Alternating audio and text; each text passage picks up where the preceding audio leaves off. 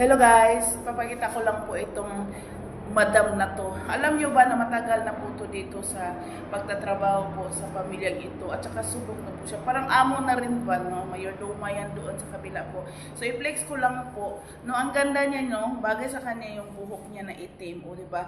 At saka flex ko lang po sa kanya. O tingnan nyo, hindi siya po kakain ng rice. O diba? For the memories lang ba, no? Hindi po siya kakain ng rice. So comments down below kung sa tingin nyo, alam nyo ang edad niya. Oo, parang bata lang, no? Pero hindi nyo alam. Bigyan ko kayo ng ng reward kung alam nyo kung ilan na pong taon niya. O, di ba? Sexy siya, day. Kaya kayo dyan, diet na kayo, day. Huwag na kayong mag-rice. Yan po ang proven. Na kung hindi ka po magra-rice, ganyan. So ako kaya, kailan ako magkaganyan?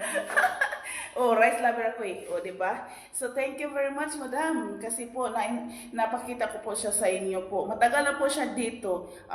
It's like, how many years na po, madam? 11. O, 11 na. So, kayo dyan, kung mag-a-abroad kayo, tiyaga lang, sipag, at saka be trusted full. O, yun siya. O, diba? Ang galing niya po sa buhay niya, no? 11 years old. Nandito po siya, darling. So, thank you very much for the time that you spent to me, madam. So, bye-bye. Ang pangalan niyo po, si Perla. O, diba? Ang bata niya. Tingnan, no? Sexy pa.